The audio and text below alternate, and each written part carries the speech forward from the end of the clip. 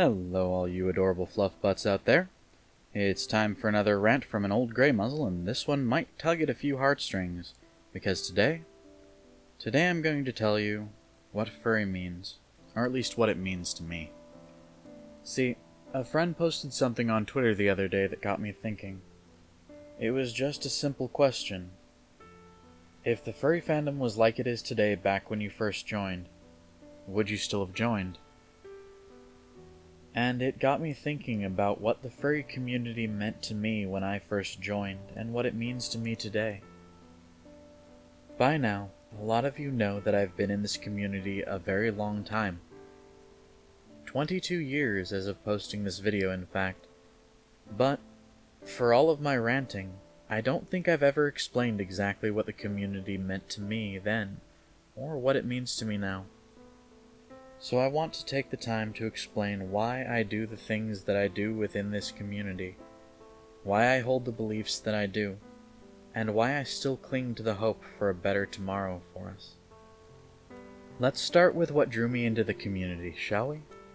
See, I was always a bit of an outcast as a kid. I tried to fit in wherever I could, but it never felt real. I would join a group, make a friend or two, but it would always inevitably come to the same point. I've always been, well, a little weird. I've always kept plushies on my bed, and I'm the type of person to give them names or create personalities for them. In my spare time, I create worlds in my mind, and populate them with animals that can walk on two legs, build societies between species, governments, and even religions for them. I've always been creative, and I've never been able to stop myself from doodling out of boredom, or letting my mind wander into the realm of, what if I could be one of these creatures in my world? I've been told by many people that I was a furry before I even knew what furry was, and honestly, I agree with this observation in its entirety. After all, I made a fursona without actually understanding what the word meant. An anthropomorphic representation of myself, or rather, of who I was at the time. As I've grown and changed, so too has my fursona. Now, because of these strange thoughts that I have, I've always been an outcast. I felt out of place for a lot of my life until someone in my class told me that I wasn't alone. He told me there was a whole community of people out there just like me, where I could let my creativity run wild and free, and where those around me would understand it. When I first joined the community, I was nervous. I wanted so much to belong, but I had been cast out of every other group I'd tried to become part of so far, so I decided to take things slow, or at least that's what I told myself I'd do. My very first interaction with the community was through AnthroChat, and when I first joined, within minutes of logging into one of the chat rooms, I was swept up in this crazy, chaotic fandom. I was inundated with artwork, literature, music, and poetry from people who shared my sense of wonder and who, like me, had a side to themselves that they couldn't truly let out anywhere else but here. I was hooked from the moment I entered into this weird little world of ours, and at the same time I was terrified. Because for the first time in my life, I felt like I was connected to people who understood who I am and why I feel the way I do. I was terrified that somehow, some way, I'd be exiled like I was from so many other communities before this. But that feeling eventually faded away as I made friends, some of whom I still have contact with today. For the first time in my life, I had found a place where I truly belonged. The people I met made me feel wanted and safe. They taught me that it's okay to be a little weird. They saw my creativity and drove me to create more and more. Along the way, they helped me to refine my art and celebrated my accomplishments with me. The culture I found myself surrounded by was intoxicating. I often found myself digging into the art and comics, finding things like Havoc Incorporated or Catmandu.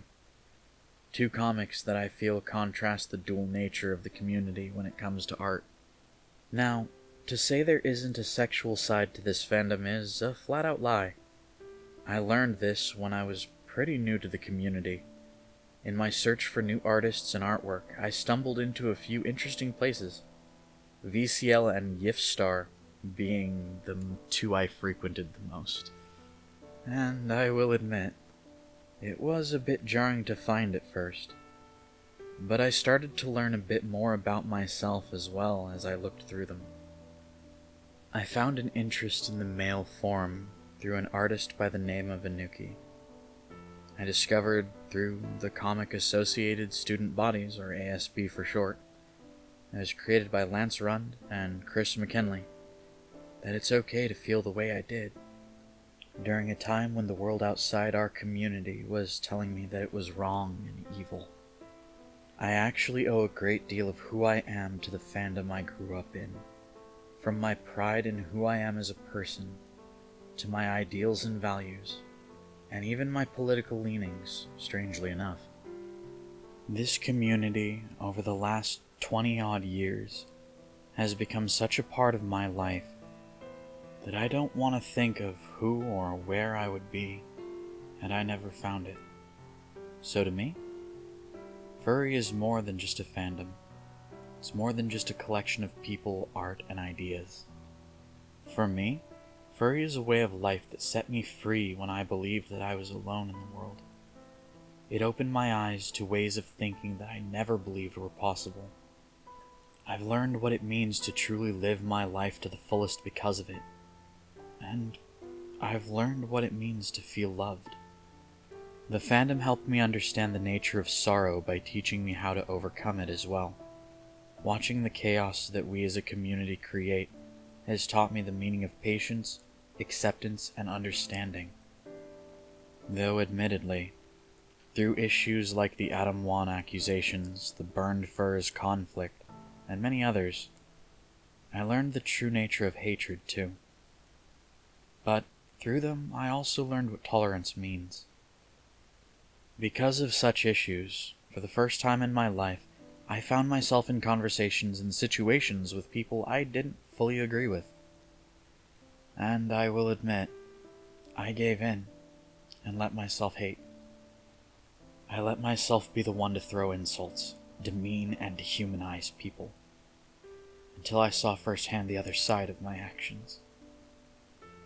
I didn't listen to someone who I considered a dear friend for many years, and because of it I learned what it meant to confront death.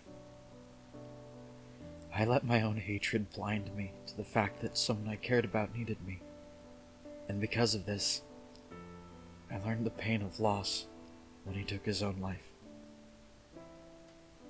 This is why it pains me to see the community I hold so close to my heart abandoning the ideal of tolerance and acceptance in favor of hatred for their fellow furs.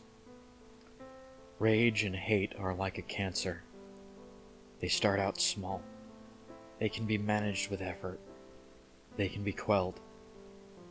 But if allowed to spread and grow, they destroy you from the inside, killing off your ability to feel anything beyond them. So again, you might ask, what is Furry to me? It's who I am. It's a community that welcomed me with open arms and shaped so many aspects of my life over the past 2 decades. It's a family I never knew I had, a place to lay my head when the burden becomes too much, and people who lift you up when the world tries to drag you to your knees. Now, would I have joined if the community was back then what it is now? Probably. Would I be the same person, growing up in this community, with how so many of us have embraced hatred for one another? To this, I can honestly say, no. No, I wouldn't. However, I will remain within this community until the day my life ends, for better or worse. I will try to teach others what I was taught, and continue to preach to those who will listen about the dangers of hatred and the importance of love and tolerance.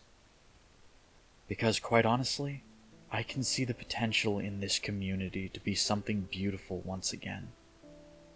There are so many of you out there who are willing to listen, rather than shout people down, and I truly believe that in the hearts of every furry, young and old, lies the want for what's best for our community. I see it even in those who have been blinded by their own inability to understand or forgive. We live in dark times, this is true, but our community should be a beacon of hope in the darkness, not a machine meant to spread hatred and suffering. It will take time, and there will be battles to fight, but I believe that we as a community can survive this plague that's divided us. But just like with cancer, we can't start to heal until we as a community choose to take that first step.